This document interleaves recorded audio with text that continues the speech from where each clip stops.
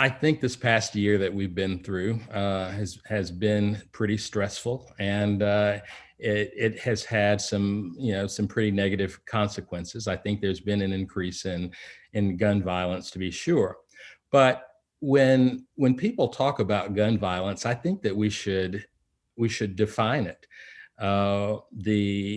The number one cause of gun violence in America is suicide, followed by domestic violence. Uh, Gang violence is lower down on the list, and so I think that if we're going to talk about the harm that guns do in our society and do in our city, we've got to talk about how do we reduce suicide and how do we reduce domestic violence, because those are two serious problems as well. Now, when you look strictly at homicides, and when you look at the dangerous places to be in Chattanooga, yes, we have some gang turf wars that go on, but your average Chattanoogan never comes anywhere close to being a victim of that kind of violence. Uh, I think statistically, Hamilton Place Mall is one of the most dangerous places to be in Chattanooga. It's not downtown. It's not in the inner city. But when we talk about the crime that exists, we've got to look at the root causes. So if we have well, I started to say teenage boys, but I shouldn't leave girls out of this too. If we have teenagers who are idle, who don't have a rec center to go to, who can't stay after school and play sports or participate in other extracurricular activities. If we send those kids home with nothing to do and their parents are still at work, then they're going to make some bad decisions. If you look at the kids who are at the juvenile detention center on East 3rd Street, you will find that the majority of them were arrested between 3 o'clock in the afternoon and 7 o'clock in the evening. They were not out at midnight. They were not out at 2 in the morning. They simply were out of school, unsupervised, and they made bad choices. So going back to transportation, one of the things that Free CARTA allows us to do is give kids alternative transportation to and from school. I also want to put bus stops at every middle school and every high school. So again, kids don't have to be held hostage to the 2:15 school bus home. They can stay longer at school. Then they can take a 4 o'clock or a 5 o'clock bus home. And by that time, their parents are there. And I think there's going to be less opportunity for kids to get into trouble. I probably said that was going to be the last thing I was going to say. I've learned that as someone running for office, I often say that that's the last thing I'm going to say, and then I continue to talk. But the last thing that I will say is we need to get back to more community-based policing, where officers are there to de-escalate. They're there to provide assistance in neighborhoods. I think that the skill set that serves one well in Afghanistan in the military isn't the skill set that we need policing our neighborhoods.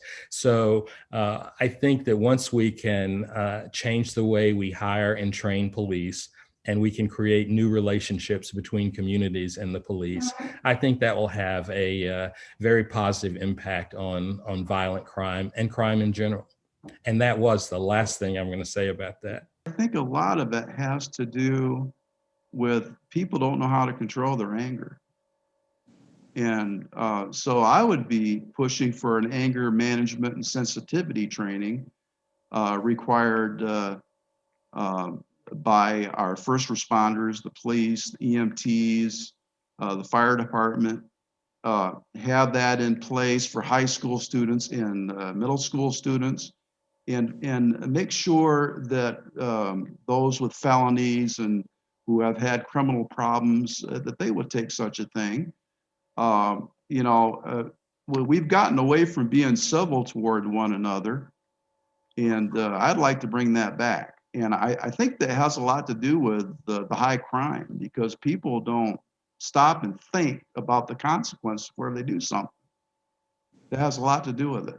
Now, I've heard it said, well, they're doing these crimes because, well, they're poor, you know, but I don't know. Maybe some of that might be true, but I think a large part of it is that there is a criminal mind out there. There's definitely some evil people, and we have to have uh, jails and policy in place to deal with such people. It's unfortunate, very unfortunate.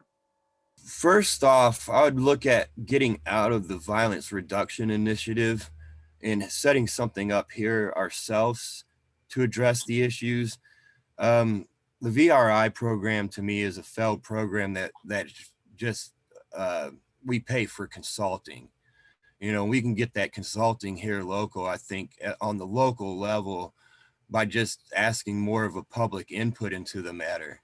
You know, we have a lot of issues with state laws as well with the gun violence, because the state laws pertaining to the buyback program is flawed. I think that any guns confiscated by the police department should go and be destroyed, not be turned around for resale.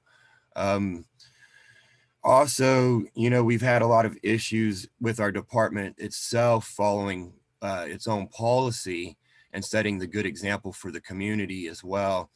So I think we need to look at having our department first set the good example for the community, and then looking at pulling out of the VRI program, adopting a local group here to come up with a better set plan, reinvesting or investing more into the rec centers, turning them into more like a YMCA type center.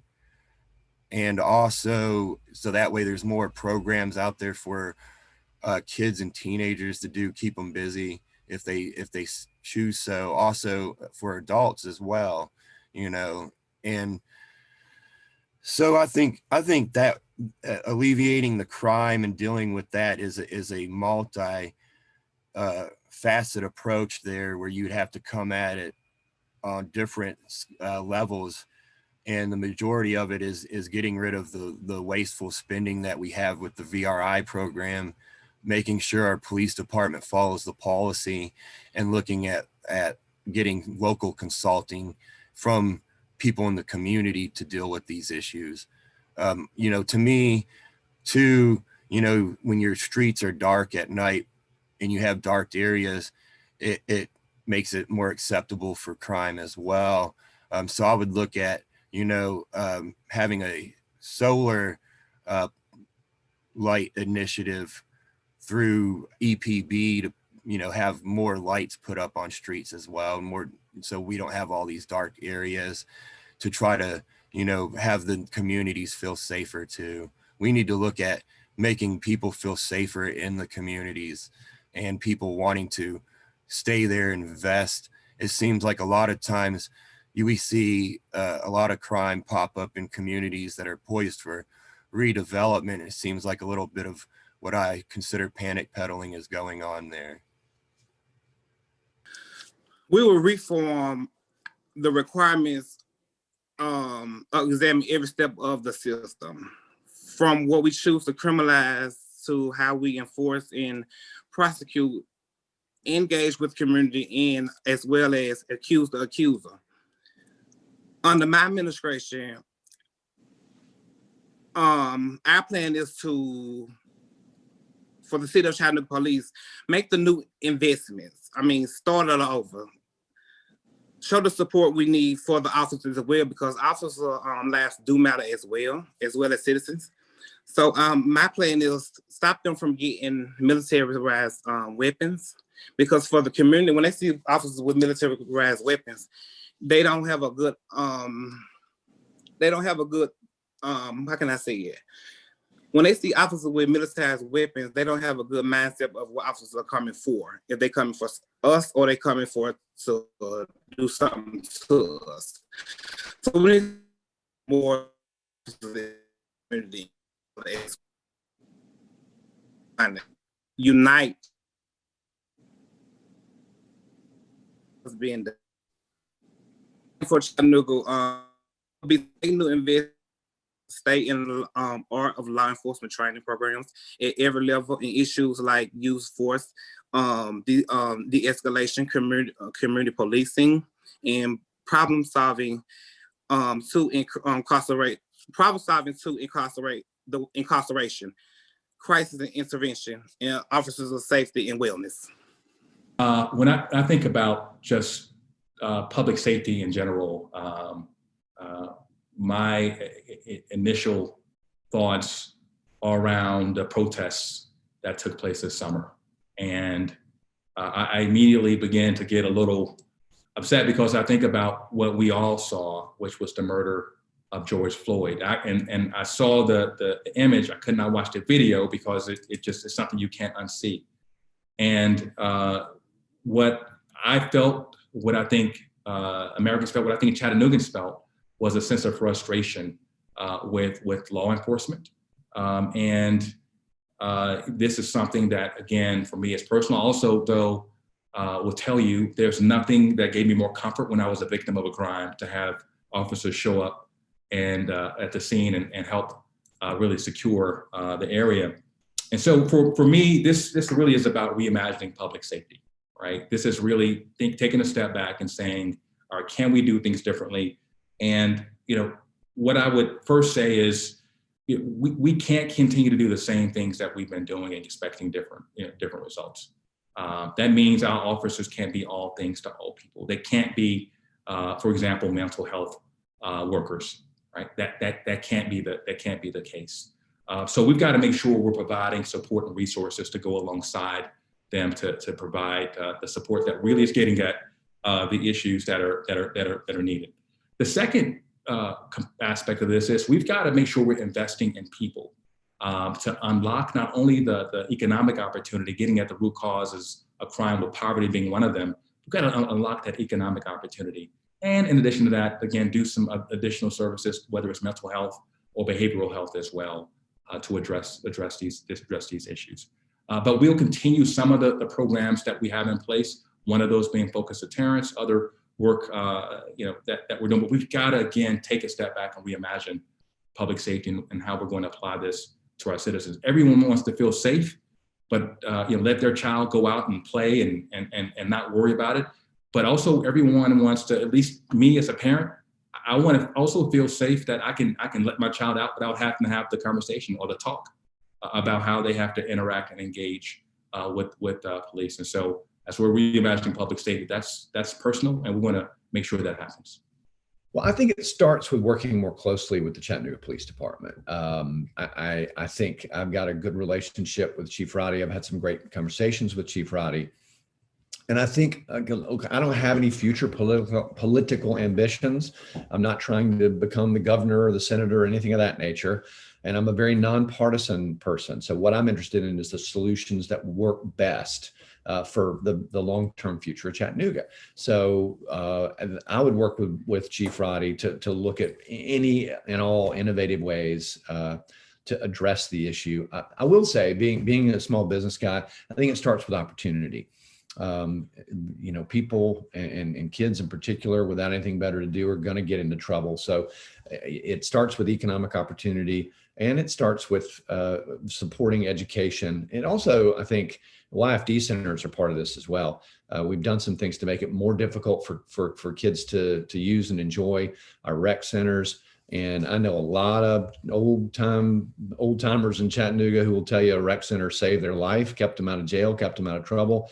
And we need to use rec centers in the neighborhoods, lower the barriers to let kids be kids and let them in there and play and stay off the streets and stay out of trouble. And that's unfortunate. I worked in the inner city. We started out a mentor group. We started out with 6 kids. We ended up with 68 just in a few months. The trick to them is to get these young kids in there to eat. You got to feed them. So we got together 3 other guys. One of them was Councilman Byrd. Okay, he was a good role, but we all worked together on that. We all pitched in, and we got kids coming all over the place. And then we had the gang members talking to them and trying to get them to stay away from the gang life. With them, letting them, giving them examples of what you don't want to get into. That was a good program, but unfortunately, it went to the wayside because one of our kids killed our preacher. So then everybody lost interest in it, and then it went away. But I understand that. But this trade school program is to cut down on recidivism. There's people out here that gets a nonviolent offender, a theft charge at Walmart or a dope charge, or something like that. They get into the system, say they got to do 1129 out here at Silverdale. Instead of sitting out there in Silverdale on the county tax roll, okay, we'll put them to work. They have the same setup, $10 an hour. They work for their trade. They have to be in every night, random drug testing, make sure that everything's up on them. And then it works the same program, $10 an hour, $3 savings account. The 7 goes for their housing and their fines, okay? Because it's a revolving door down there. And then when they're done with that program, I'm a type of man, I believe when you pay your debt to society, it's over with. Your record's clean. So this is how we're going to do this. And it would have to start out, but the ones that are doing the violent crime right now, I will spare no expense to hunt them down. But I will not violate their civil rights in the process. But they will be put in jail because I'm going to let a lot of those others, the nonviolent offenders in this program, there's going to be room for them in there. How many people remember the new law allowing guns to be licenses to be acquired online without any sort of testing, right? So I'm going to go to Nashville, and I'm going to lay I'm going to lay all of these deaths at Bill Lee and the state General Assembly's feet. Look, folks, if we're talking about the Second Amendment, we better read it as it's written and teach it as written. You cannot address gun violence when you can get a gun permit online.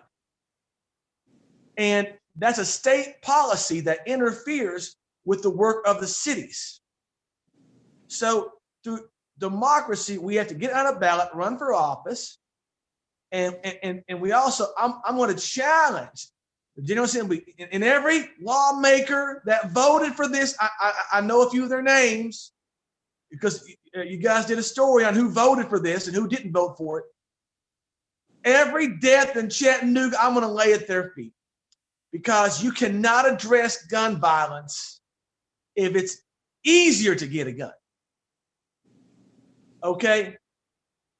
And we also have to address education. Now, also, we have to show some leadership because changing all the laws there are is not going to change the heart of men and women. So we, the people, have to come together, to fight for nonviolence and say, look, we are going to choose to lay our arms down. This is leadership, talking to the people, solving your problems with gun violence. Okay. The people have the power to change that. However, when it comes to the socioeconomic issues that breed gangs, that's generations of wealth deprivation from the inner city. That can't be solved overnight. But by acknowledging where the problems lie, socioeconomic and economic deprivation in the inner cities and the gun stores, gun manufacturers, money and politics that have bought all our politicians, and thus we have that law. And we have preachers that these politicians attend, they will not challenge them because they like the Christian lifestyle. We must challenge the clergy. We must challenge the legislature. We must challenge conservative politics. We must challenge education, not teaching us the Constitution as it's written.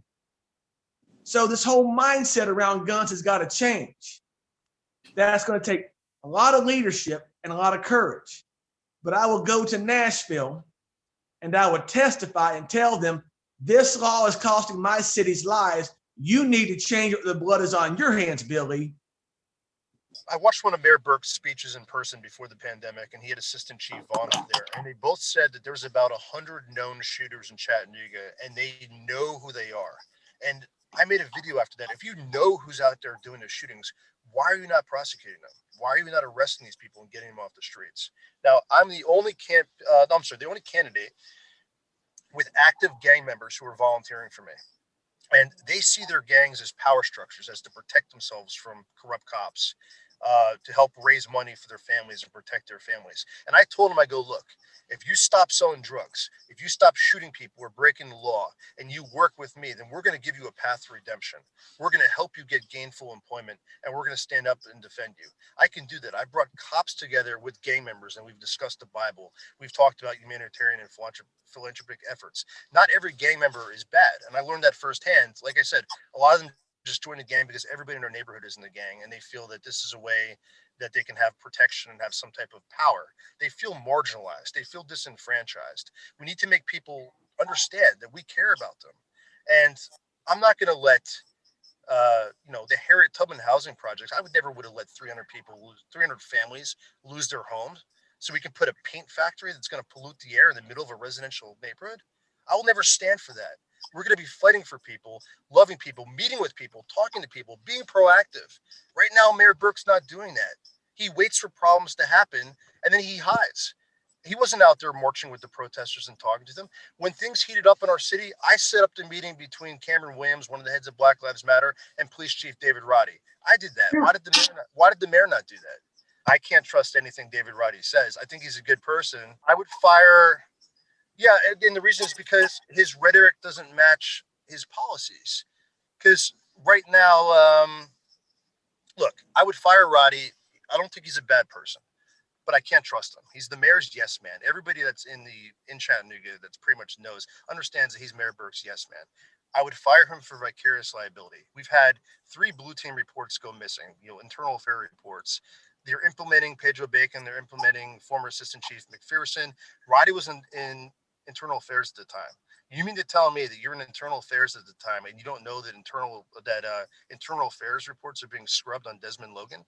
It's up to 5 victims right now. Then you had Benjamin Desalinas, who supposedly was raping, kidnapping people. You have Benjamin Piazza, who was out supposedly throwing firecrackers at cops, making them think they're getting shot at. What I learned in the Marines is that your troops are a direct reflection of you. And when we have scandal after scandal after scandal, then why does Roddy think that he gets a pass? He should resign because of vicarious liability, and he should step down. And yes, from dealing with from what I've seen from both of them, I find Cameron C. Grammy Williams, I find him to be more trustworthy than Police Chief David Roddy. Well, we will. Our police officers will take an extremely aggressive community relations. We'll do more community policing and building those relationships in our communities. One of the reasons that we've had so much crime is because of this pandemic. People are they're without jobs. They're shell shocked from being isolated, and they just need things to do that will. Okay, but it's improving the community relationship that our officers have with neighborhoods, and you'll see more of that as mayor, as a focus from the police department. One of the things that we have to do is make it more diverse, and one of the ways we need to make it more diverse is making it attractive for minorities or people of color to want to join the police force, because all the strife that has gone through this summer, to be a policeman is not what a lot of minorities or people of color would strive to be.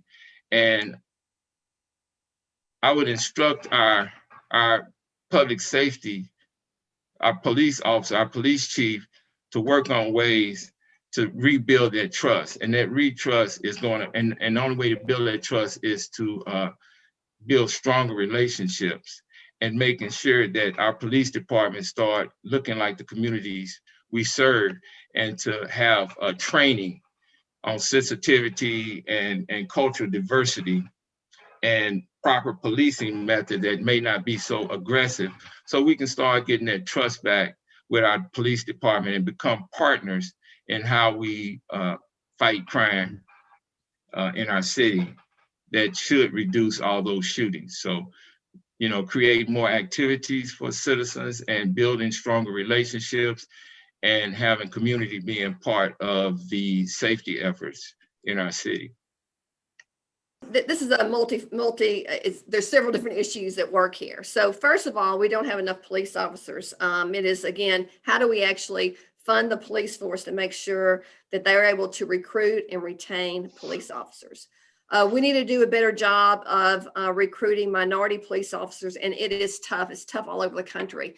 Figuring out what some of those barriers are so we can get police officers that look like their community.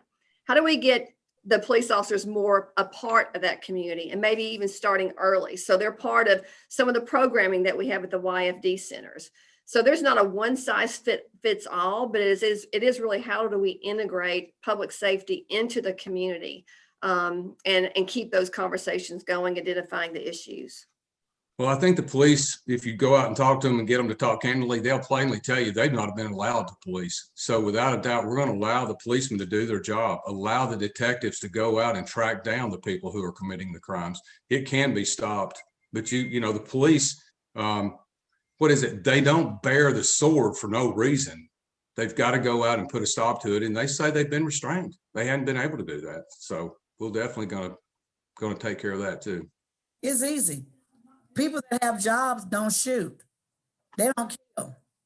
They're busy, they're at work.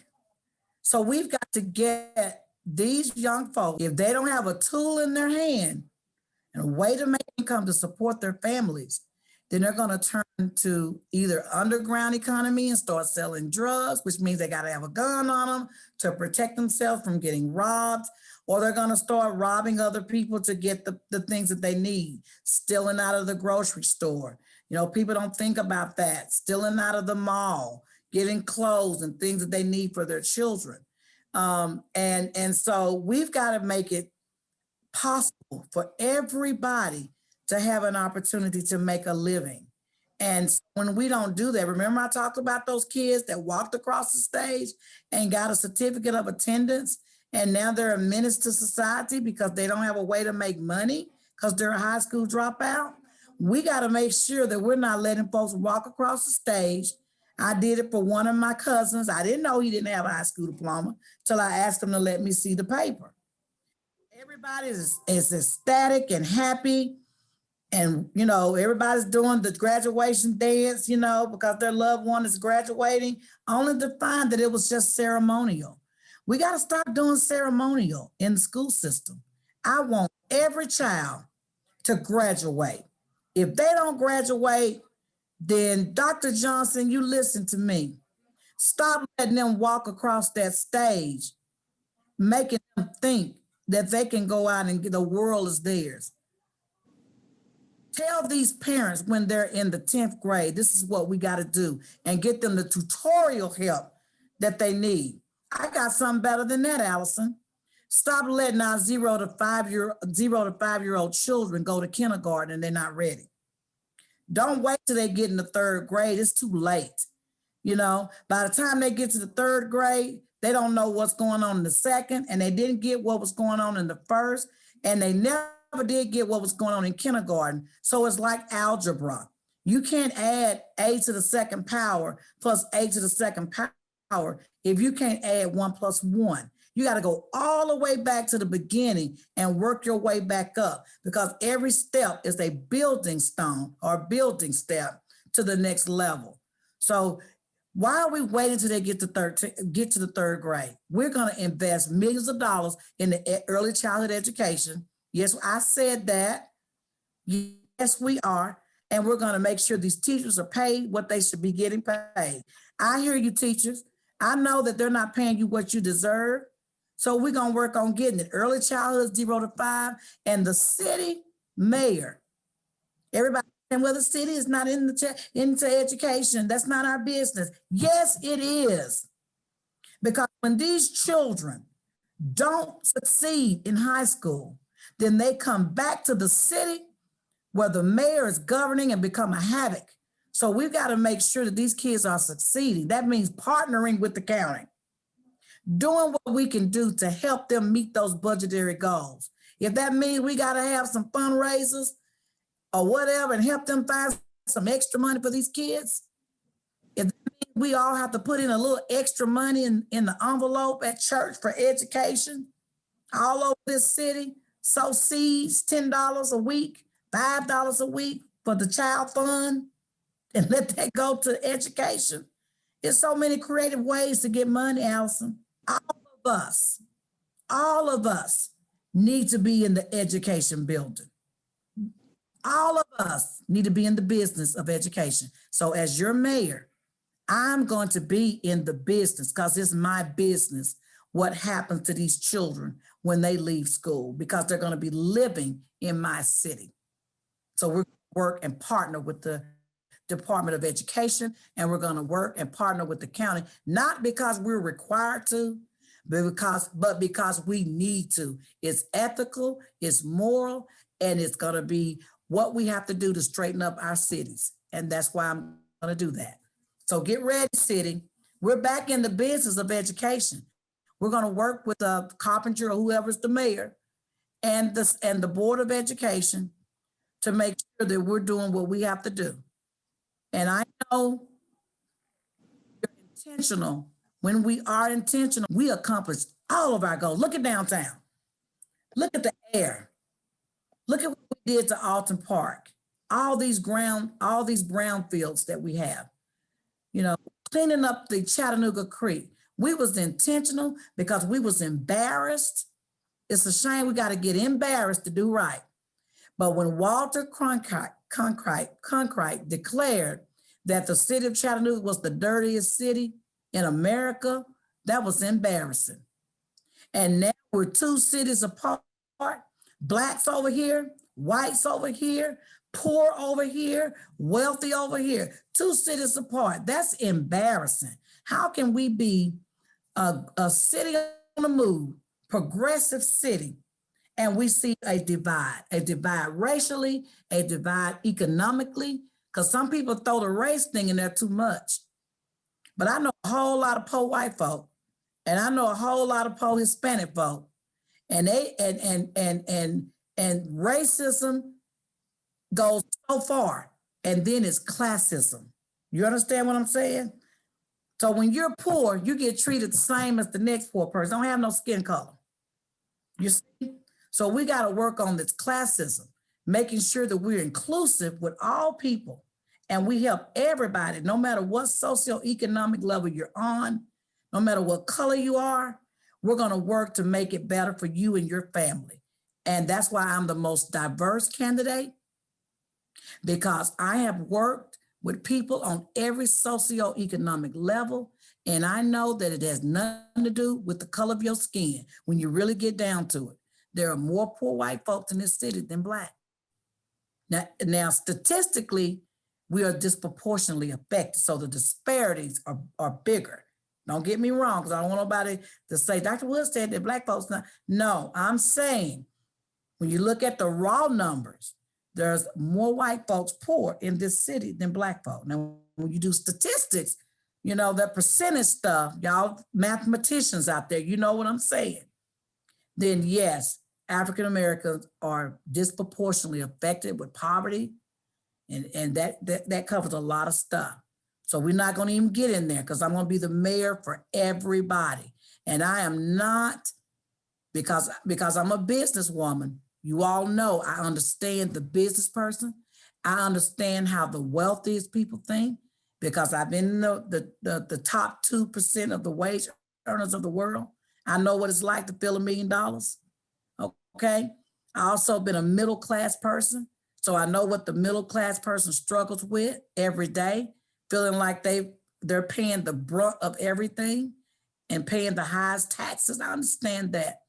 And I also have lived as the poorest person. So I understand what the poorest person thinks. That's the kind of leader you need. Somebody that understands every level so that we can unite together and come together and solve the problem where nobody is injured. You understand? So that's what it's gonna take, that kind of mayor.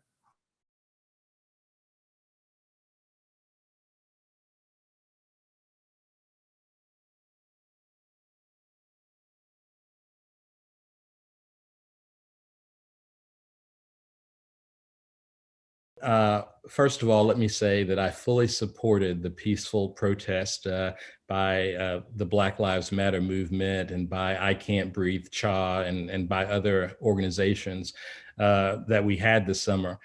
I am very frustrating, I know, to the activist community because they so want me to say I will defund the police. But I won't say that. And the reason I won't say it is because I want to radically change the way we address public safety. I want to transform policing in Chattanooga. And I don't know whether that requires less money or more money. If I commit to starting with a blank sheet of paper, bringing all of the community stakeholders together, and reimagining what it means to provide public safety in our community, then that may be a more expensive proposition.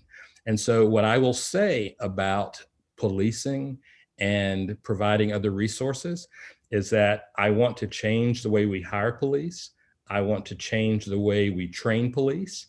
I want to change the way that police interact in our neighborhoods with our citizens. And that may require a lot of money. When you say that I'm willing to start from scratch, that may be a higher number. And that includes hiring more mental health professionals, social workers, and other people who may not actually be under the auspices of the police department, but they are an integral part of public safety. And all of those things are going to cost money. So I'll say it for the 50th time.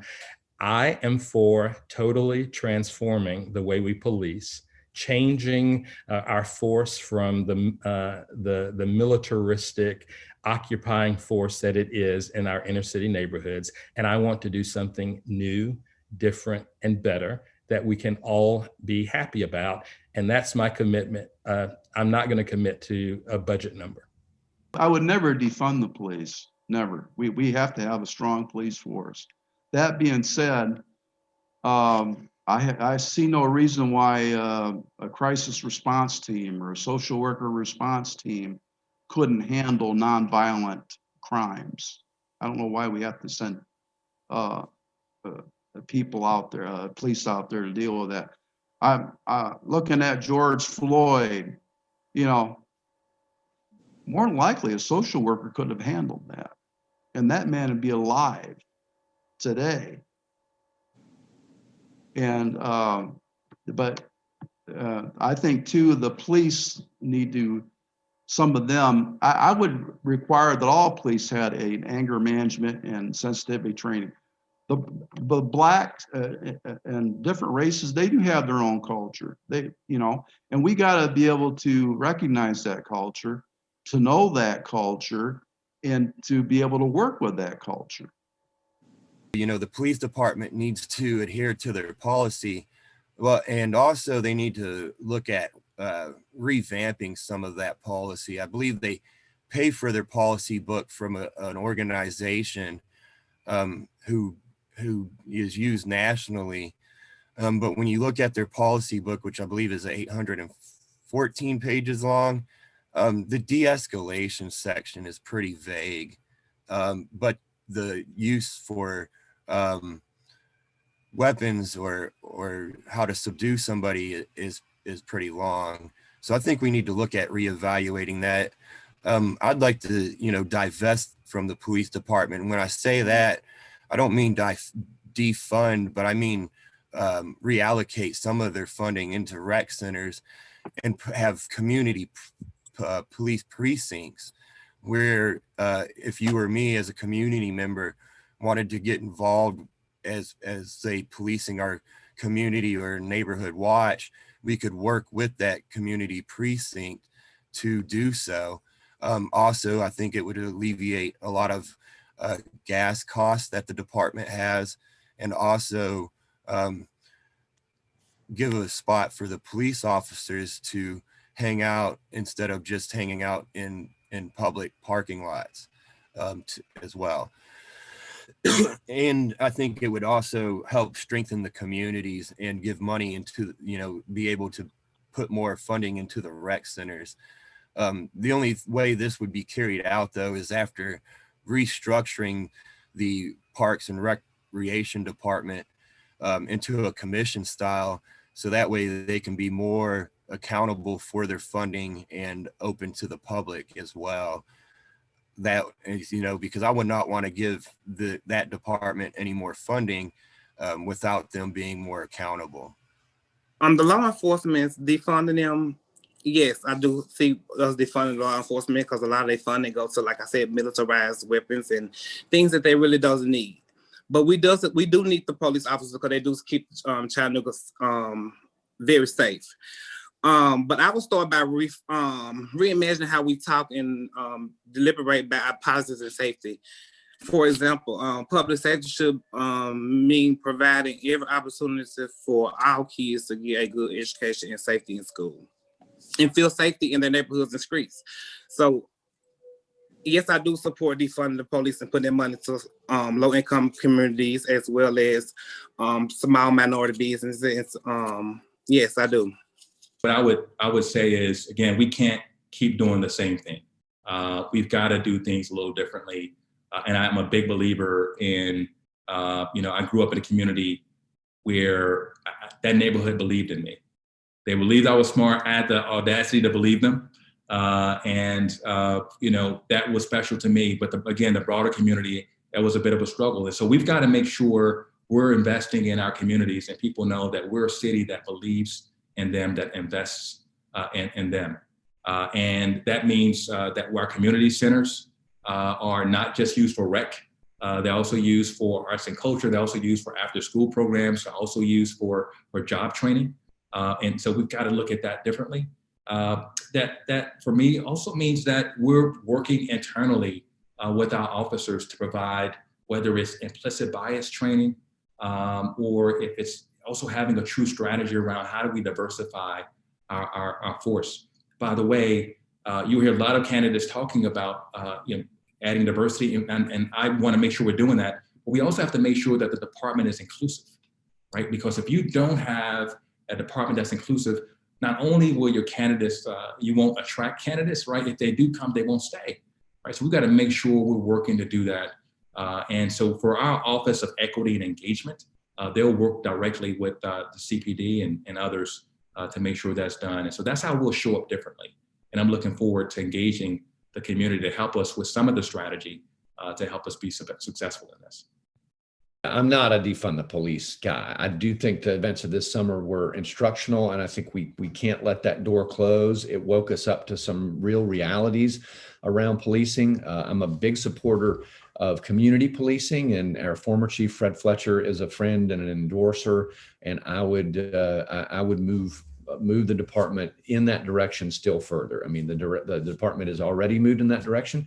I'm for some very sensible reform. I think we need a department that looks like the community. So I think we need to do a better job of police recruitment in minority communities. And part of that has to do with getting the pay scale competitive, because right now it's not. We lose a lot of officers to other places. And so, and look, there are other things we can do around dealing with mental health calls. Other communities have done this, and I think we would look at best practices from other cities to try to figure out how we allow police to do their jobs best, which is to fight crime, and peel out some of the other secondary things that get us into trouble, like dealing with mental health calls, and see where we can work with social workers more constructively to solve the problem. We're going to have to get back to basics on there. We're going to have to be out policing instead of in the patrol car working the beats, or actually walking the area. I would like to get the horse patrol back maybe. because then people have an idea of talking to the police officer instead of talking through the window of the police car, which is intimidating. But no, I don't want to cut their funding at all. I mean, because the folks that are wanting the funding cut are the ones that call the police the most, and it don't make too much logic for me how that does. And we don't really have that systemic type of problem in Chattanooga that I'm aware of. We got some isolated stuff because, you know, I'm a life member of the NAACP, so I get regular meetings and stuff that goes on with that. But we have some issues that come up time to time again, but those need to be addressed and dealt with immediately and, you know, without question. But everybody, it has to be fair to everybody. But no, I would not do no funding. No. Matter of fact, I'd give them more. My platform does address this, police accountability. Point one. Now, when it comes to budgeting, is it the business and corporate interest in policing or the people interest, you know? Because the officers that I spoke to, kind of like the military, all that military funding goes to contractors, not in their pockets. Well, why are they moonlighting at the hospital if they get paid enough? So, and I say, okay, would you rather us buy new cars every year or rather us, because I see officers at the hospital all the time, or would you rather us put that money into your paycheck? So we need to have a people-focused budget. You can take 15% off the top and take all the pork out and still support the wages, healthcare, and benefits and of officers, which we should never take away. The human beings are not uniform, okay?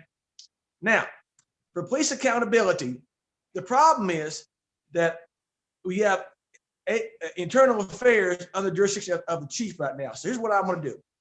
We're going to find a new police chief, preferably a female of color. We're going to get a new city attorney. I'm looking for a civil rights lawyer, not a corporate attorney. We're going to write a new policy.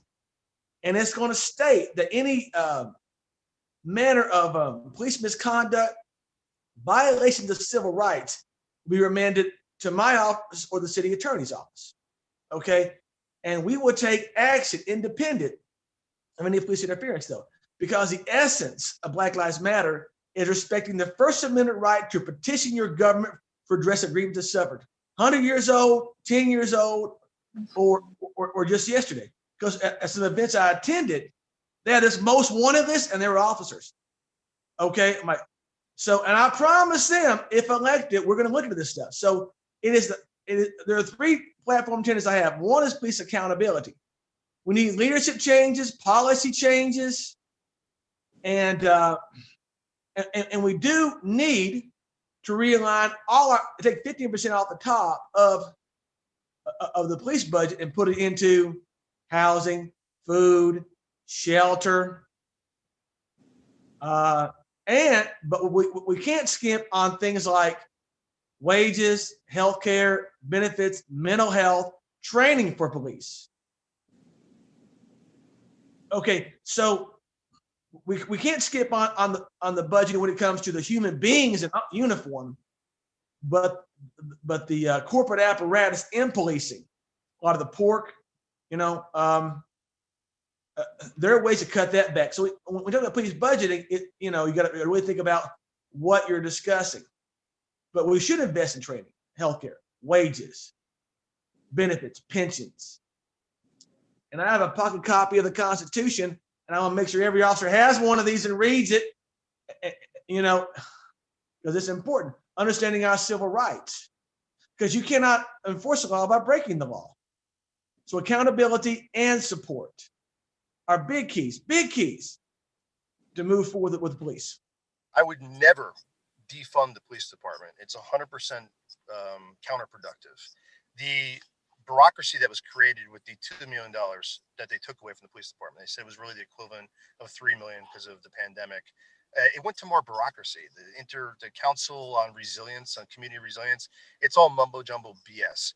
That's going to get taken away, and we're going to put it back into the police department. We need better training to help retention and recruitment of officers. It might be more expensive in the short term, but it helps in the long term. I've talked about why, because when you have higher quality officers, you have less misconduct, less civil litigation. I do want the officers to better reflect the racial demographics of the city. We have a 34% African-American population. We've got only 17% of the CPD is Black. And they're offering a $500 incentive right now to anybody who's African-American that can make it through the department, or if you can recruit somebody. That's how much of a problem that they're having getting Black guys and Black women to join the police department, and Latino people as well. I can help with recruitment in that aspect for sure.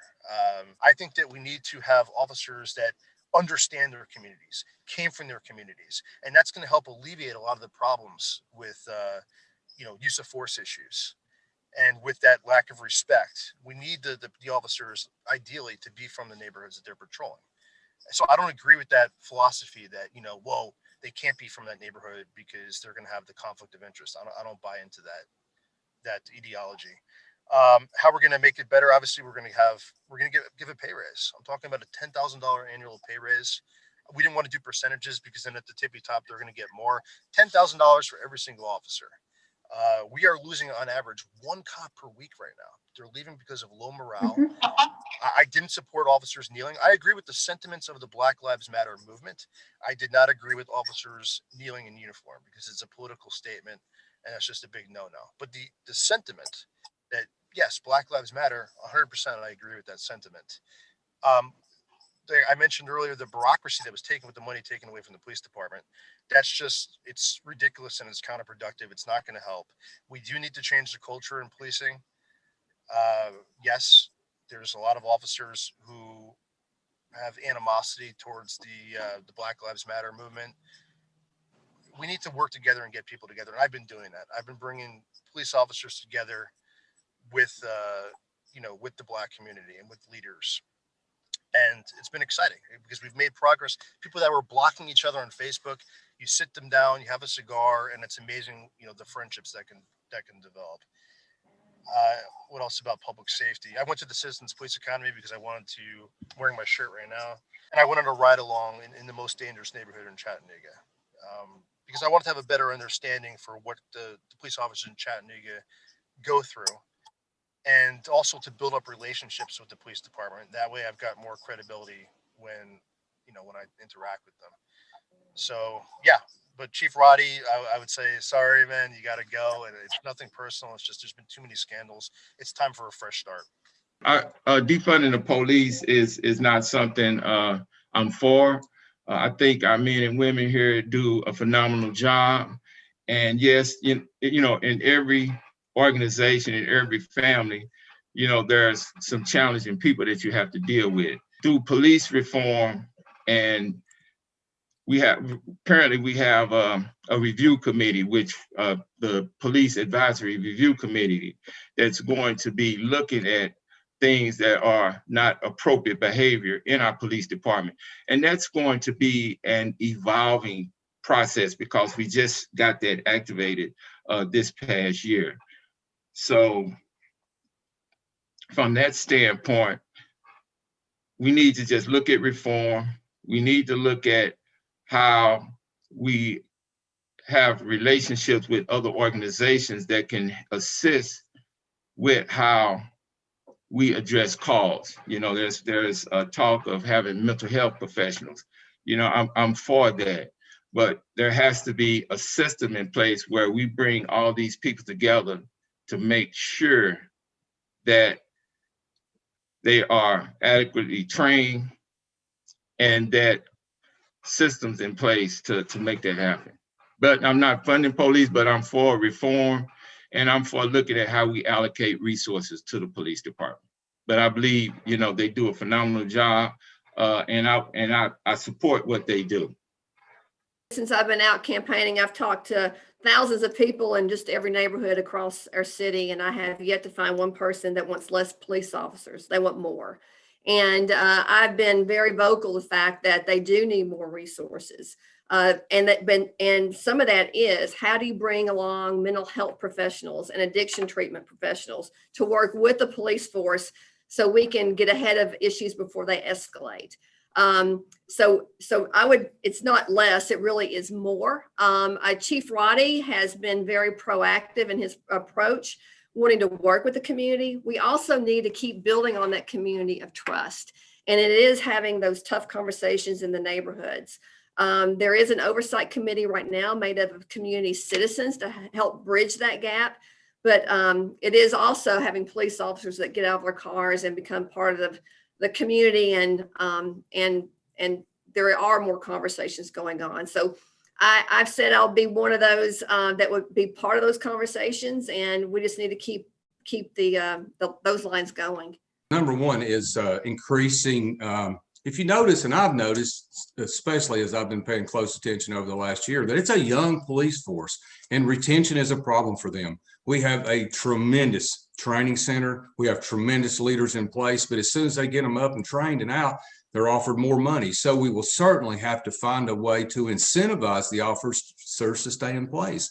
When I was a kid, we knew the policemen. They'd been on their beats for years. So we would work to create certainly more retention within the police department. That's the only hope for that. And to sell the message that, I went out and read different studies about that they have to, in a way, the mindset has to be they're peace officers. They're not always an enforcement arm. Sometimes they're just trying to make and keep the peace.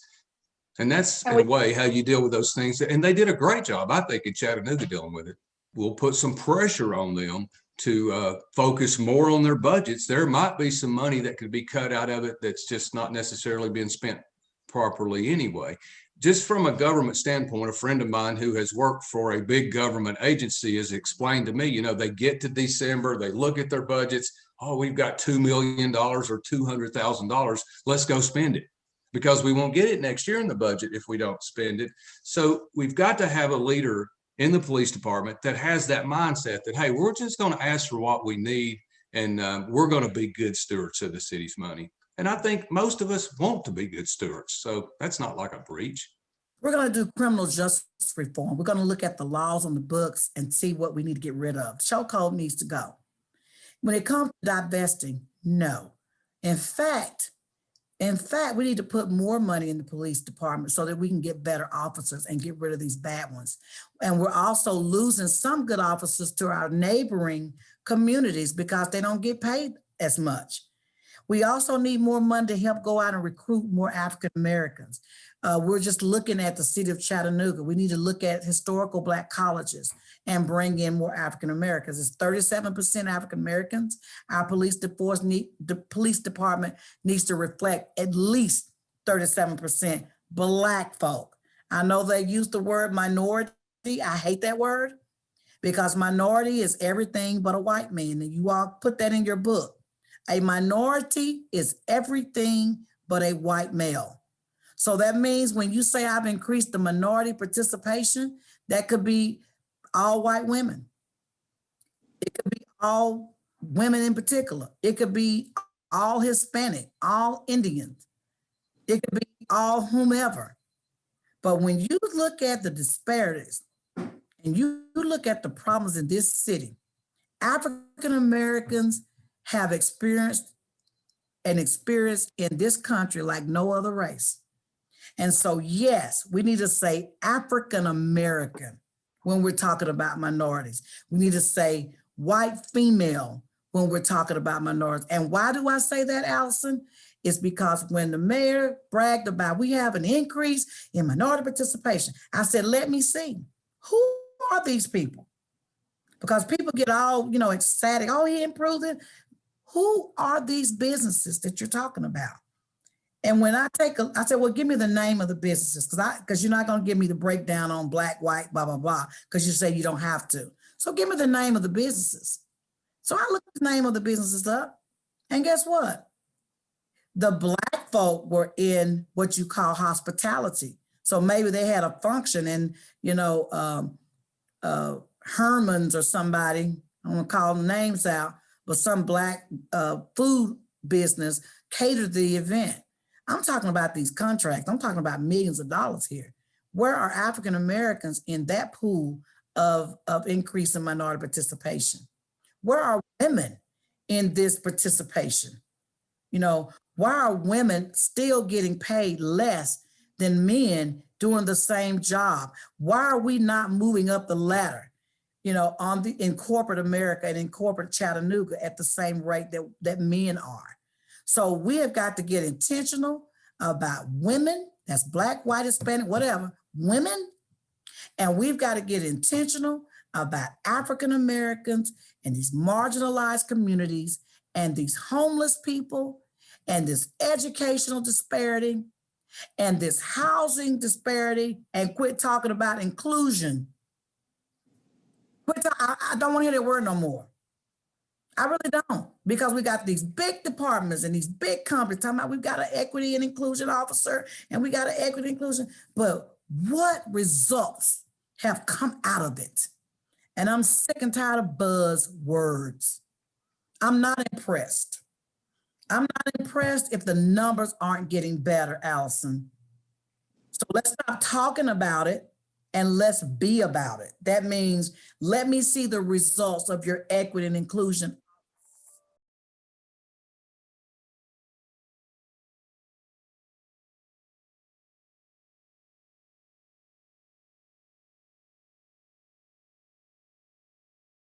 I think it's bad for morale. It's bad for everybody. It sets a bad precedent when a candidate for office says, if you elect me, I will fire these people, because that really erodes trust and is a negative influence on the relationship here between the police department and the community.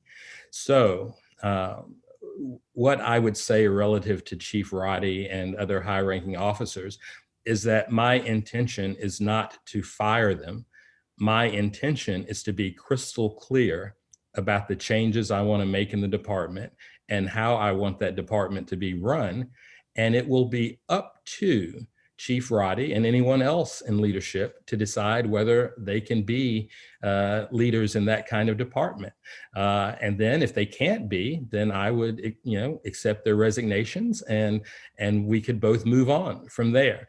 But I think coming into office saying, one of the things on my to-do list is to fire this particular person, I think that's just not the way to go. And we're all entitled to due process. And I would want to sit down with Chief Roddy and see if he can be the police chief that I want him to be. And we can reach a mutual decision. I would have to look more closer to that. I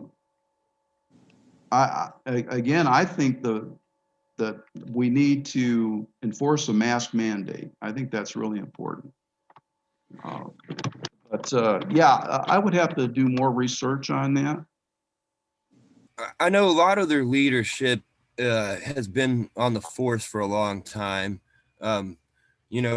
With Chief Rodney, I believe that when they appointed him, when Mayor Burke chose him for police chief, that it actually violated the city charter, because the city charter states that we're supposed to have a police chief from the city limits. So that concerns me, because, he lives on Signal Mountain, and in my mind, and in a lot of other people's, Signal Mountain has its own problems to deal with daily, and the people who live up there sort of have their own problems, and like they've been trying to separate their school system from ours and so forth, and be more separate than this, from the city in Hamilton County. And so that concerned me when Mayor Burke appointed him. There's also some high-ranking officers that, could, I would say, maybe operate in the gray area, and that needs to be questioned. A lot of them too, because they've been so comfortable in their position, they violate policy all the time. And so I think this needs to be reevaluated, and maybe, have them even go through the rehiring process again, if they want to stay on the department. But I think the department needs to really go through some house cleaning as well. I think the whole city, all the departments in the city needs to go through a house cleaning. We have a lot of issues with policy not being followed, a lot of fraud, waste, and abuse of our tax dollars. I found out recently that the city has the Chattanooga Police Department leasing cars from the city, but I cannot get any more information into that yet. But so these issues concern me because we have a lot of misspending that could be fixed with this, with rehiring or getting rid of some of the higher ups that we have. I mean, why try to keep what has not worked, and I know that legally you can't just go through and fire people and so forth, but I think that it's time to go through a reevaluation of our department. Maybe even reassess, go through a reassessment process and see if these people are even conducting their job correctly. And if not, then, like, say, for example, if they're not following their policy, then you have grounds to, dismiss that person or let them go. Chief David Rowley has done a lot to Chattanooga, and I thank him for his services. But under my administration, we will have the first ever Black African-American woman to lead the PAC. The city government has already taken the needed action to ban the box for the city of Chattanooga employees. So now none of the applicants can I lost my train of thought. Now the applicants can have their qualification before asking about the crimes or their record. So what that means is, before the police really get involved and they come on scene, we want them to be able to see what's going on before you automatically take into action. You might not have to really use necessary force all the time to really de-escalate the situation. You heard me just mention that, having an inclusive department is really key. That's going to be, by the way, for all of our departments. We will have inclusive practices and policies. There's no reason why we're not engaging our citizens, but also our employees in a way that are equitable and inclusive. And so just know that I want, as mayor, we're going to have departments that, again, they're going to have the inclusive practices. They're going to hold folks accountable. And we're going to be transparent with sharing data and information. And so that's what we're going to look for in our leadership. And know that we'll be engaging the community along this process. This is not us just in a campaign.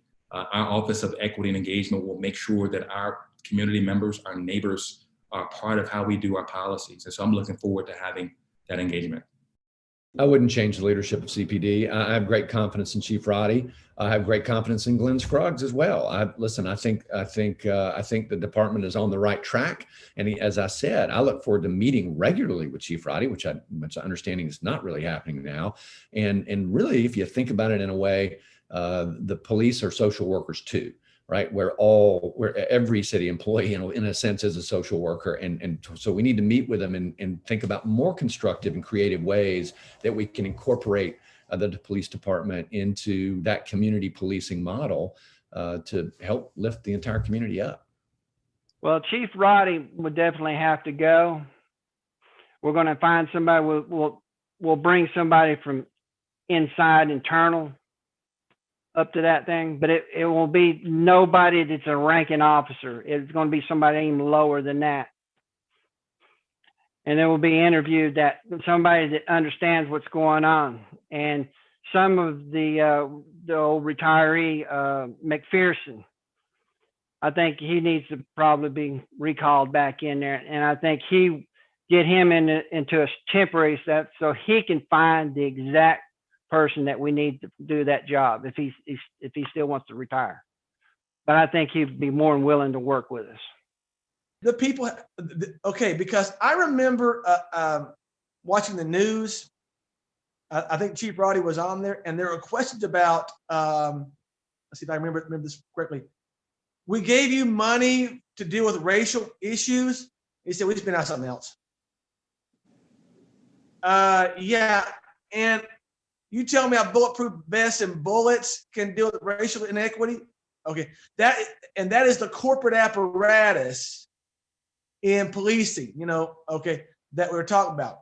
So yes, we are going, okay, this is what we're gonna do.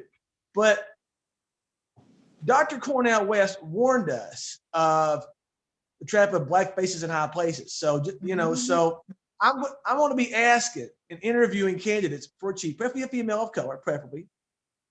Okay. You know, have you had any trouble with, if you were whistleblowing in the department, and you got any ill treatment for that, you know, okay. So that's what I want to find out. Okay. Have you been discriminated against? What sort of corruption issues have you noticed in the department that you'd like to change? So when I'm looking for a police chief, because I don't know that many officers, you know, I know some, I'm going to be interviewing candidates for the new chief position. Okay. And I'm going to be looking at their profiles, like, have they had any issues with violence and misconduct? So skin tone and gender are not the only qualifications, but we definitely have to have some serious questioning amongst the officer corps as to getting a new chief, you know, and being a black leader, you know, black skin, it takes more than that. You actually have to have integrity. You have to fight for justice, and you have to actually know people's civil rights. You know, the term suspicious character, it's so lazy. What does that mean? Who, what, when, why, and what? You know, okay. So we need to have some serious questions about some new leadership and making sure that they have a good knowledge of the Constitution, you know, civil rights, and willing to hold their fellow officer accountable. Another issue, talking about changing the police department, when I was running for county mayor, one of my friends was Victor Miller running for county sheriff. If you don't have the guts to go after the sheriff and actually fight for real systemic change at that level, nothing's going to happen. So there'll be a sheriff election coming up soon, which affects all of us. So we need people that want to run for sheriff to have some real guts and gumption to really root out corruption and police violence. And the same old party line politics is not going to cut it. So I will be looking for a new chief that actually has the gumption to make changes and support any sheriff candidate who also has that same kind of vision, because I understand the political process, but I also, to get real change, you have to have real courage. I've said publicly I would hire Glenn Scruggs to be our police chief. He's from Avondale. He was a great homicide detective. He ran for state senate. I think he should have won. I think he was more qualified than Todd Gardenhire. I like Glenn. Glenn gets it. Glenn grew up poor. He grew up in District 8 over in Avondale. He's got a great love for the people. I think he did. And above all, you know, I'm not going to be keeping in Mayor Burke's yes man. And I see Roddy as Mayor Burke's yes man. Do I like Roddy as a person? Yes. Chief, no. I have full confidence in Chief Roddy. He needs resources and he needs support, and he would have my full support. And I would want to work alongside him as a partner to help make sure he has all the tools he needs. But I would rely on Chief Roddy that does that job day in and day out to run his department. You know, that's certainly probably some stuff we don't want to discuss, although I know the guy in place there, the chief of police, I think he's maybe thinking about retiring. At least that's what I heard. So we will definitely have to seek out the best candidate for that job. You know, and the city council has to be on board with all that too. So we will find the best leader with a good business mind too.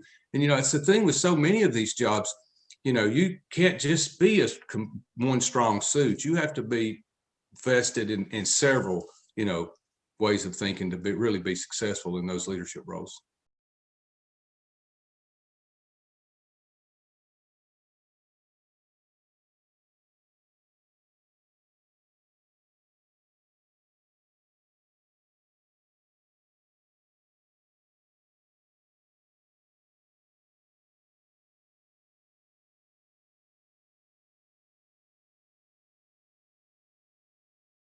It's important to make two distinctions here.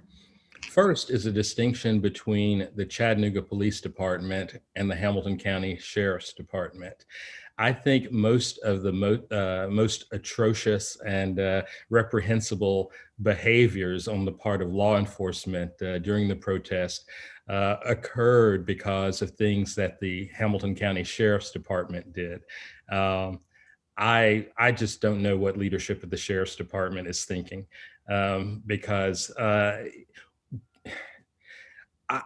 you couldn't be as wrong as many times as they've been wrong just by accident. There's got to be a real policy and leadership problem at the sheriff's office for them to have done the things that they've done.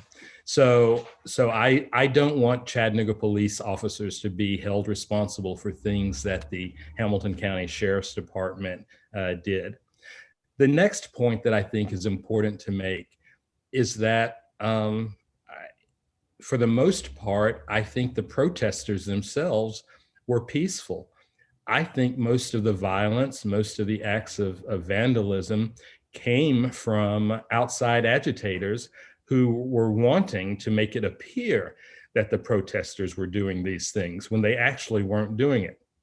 So I commend Chattanooga protesters because I think they were for the most part, I'd say 99% of them were peaceful and behaved in a way that we would want protesters to behave. So I think the problem was with outside people, neo-Nazis, anarchists, people who really wanted to take advantage of the situation and shine a bad light that was undeserved on the protesters. Now, how would I deal with this in the future? We all have a First Amendment right, for freedom of speech, and I certainly am not wanting to in any way suppress that. I think the most important thing when you're dealing with a protest is to preserve public safety for the protesters and public safety for citizens who may not want to be involved in the protest.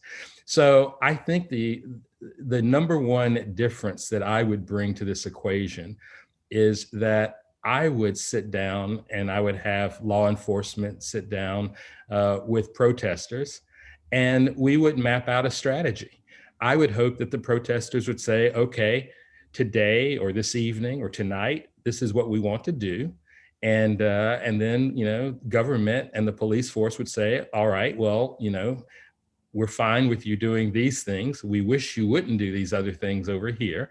But let's work together. And if we're working together and we have communication on a daily basis, I think that we can keep everybody safe. The issue isn't to suppress protests. The issue is to be able to do it in a way that has integrity and provides safety for everyone involved. I think that there's always going to be a group of people that are supposedly on the side of activism that really aren't. They're out there to burn buildings, break windows, and hurt people.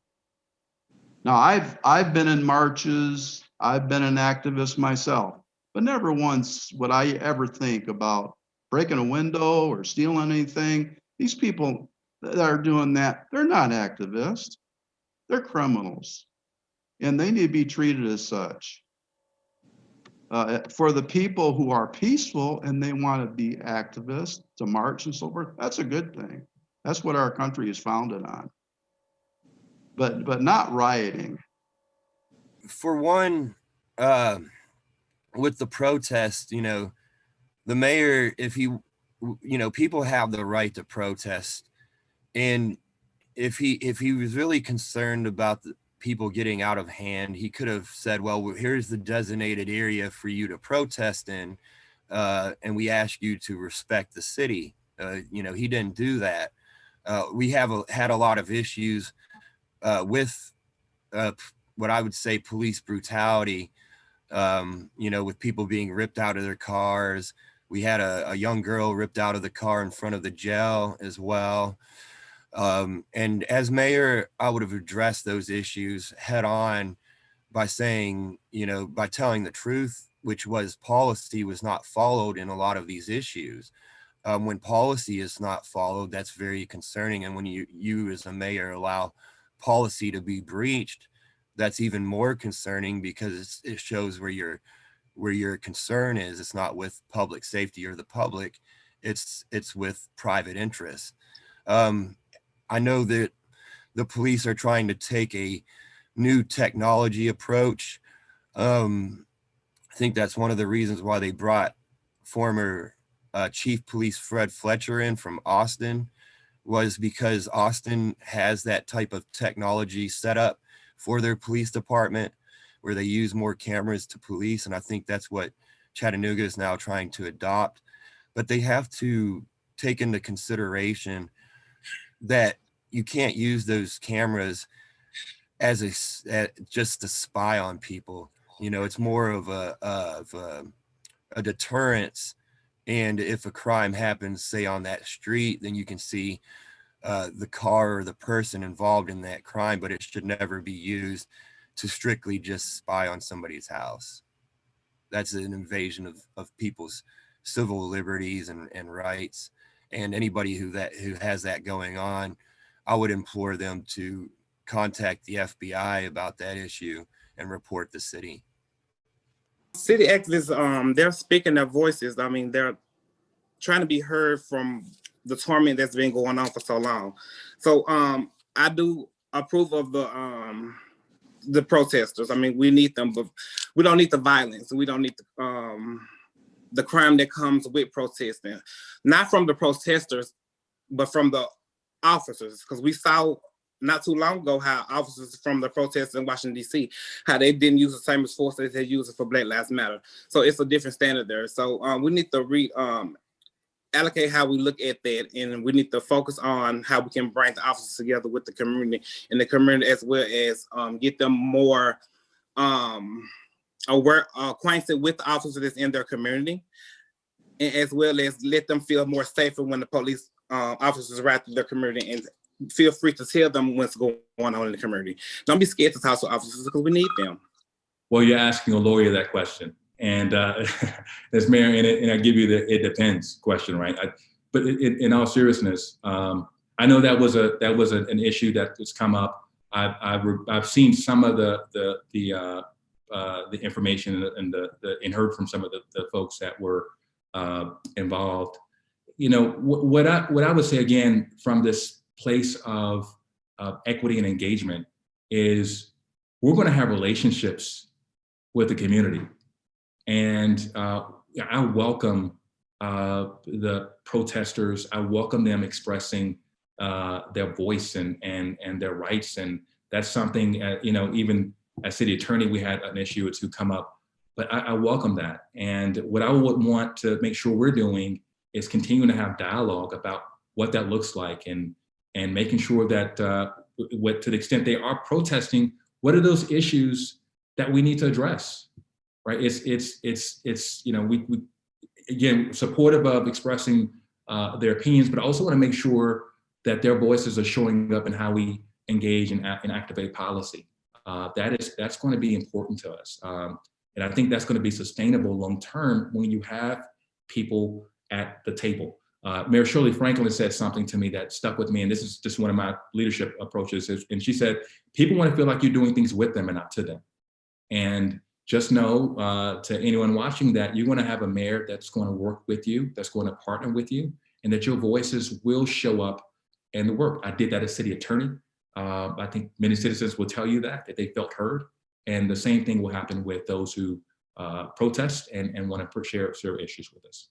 I think the most important thing to note here is that I've got a great background in crisis leadership and crisis management, and I lead from the front. So I think a lot of it has to do with visibility.